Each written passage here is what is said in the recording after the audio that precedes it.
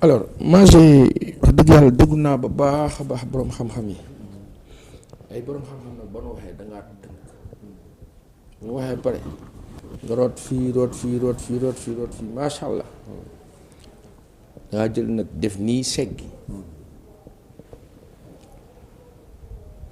Quand on parle d'inflation on parle de croissance dans le monde 2% la c'est gérable jusqu'à 5% su ko jegee catastrophe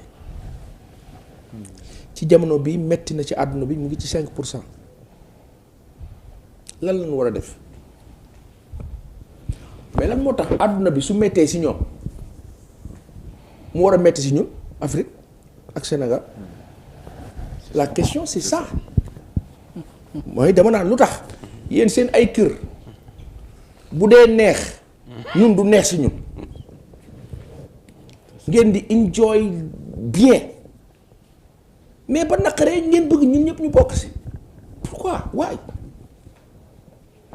parce que simplement il est inadmissible qu'un continent de presque 1,4 milliard d'habitants toog di dépendre ci ñeneen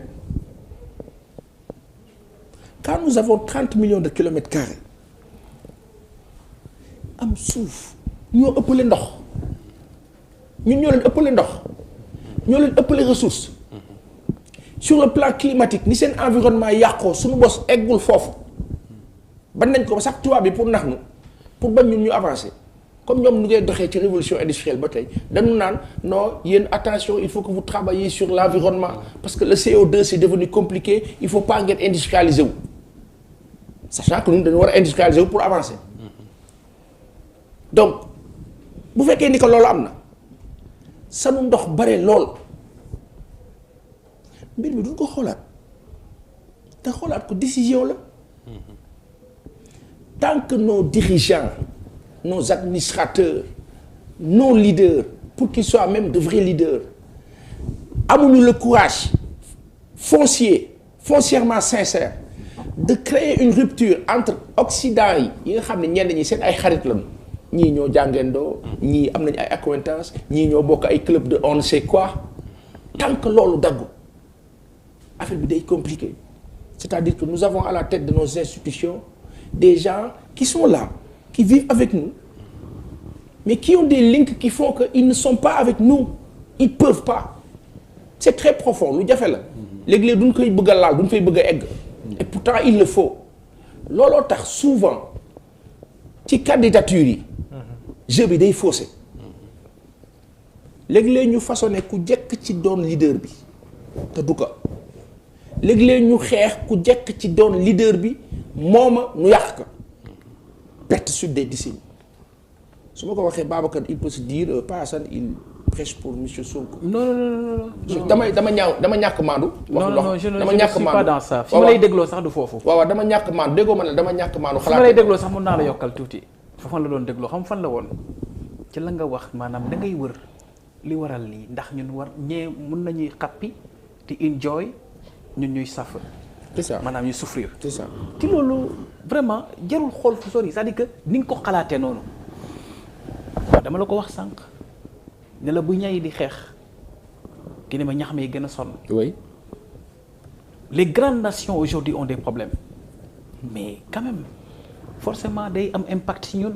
loolu àdduna doxee noonu. léegi Babacar impact parler de géopolitique. Babacar impact boobu laa lay wax ne la on ne peut pas CEDEAO nous sommes presque quoi 250 300 millions ou plus. 300 millions vraiment. 300 millions. mais grand may ma rek dagguma la idée boobu ñun suñu think tank loolu lay xeex. Africa Worldwide Group est-ce que mës ngaa dégg benn crise bu am Afrique ñu ne la impacté na Europe. jamais.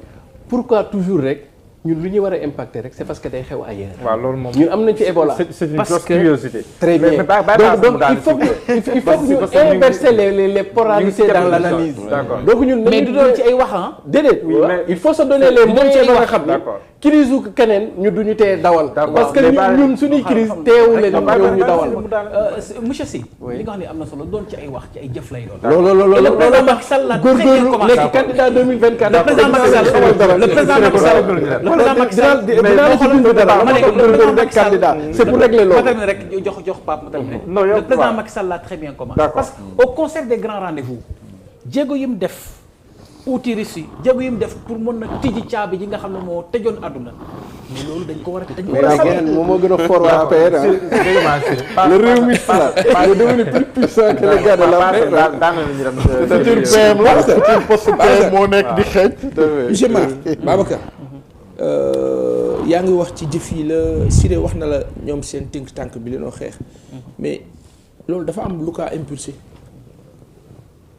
dépassé na jëf that leadership c'est-à-dire buñ ko waxee du question messie genre il nous faut benn yonent buy ñëw di bunt yi carte gi leer déedéet dañ ne réewum Sénégal ak Afrique dañu soxla ay boroomi xam-xam mais boroom xam-xam rek doyul boroomi xam-xam ya ragal suñu boroom mun nga am xam-xam doon kàccoor jàng ba raw ñëpp mais saay-saay te dafa dal nguuru Afrique yi ci lu bare. léegi si jàngat si tënk place par rapport à ce point là la ngay tënkee.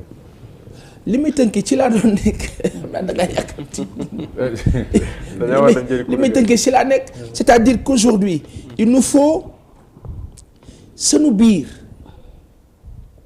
dans nos relations interpersonnelles nu bàyyi xeexante sunu biir nii de façon atomique sunu biir comme fii ci plateau bi comme ci technique bi comme ci mbedd mi partout au Sénégal et en Afrique ñuy xool ñi nga xam ni ils sont intéressants nous renforcer leen quand je dis ils sont intéressants c'est dans les organisations estudiantines c'est ci ay groupements de femmes etc.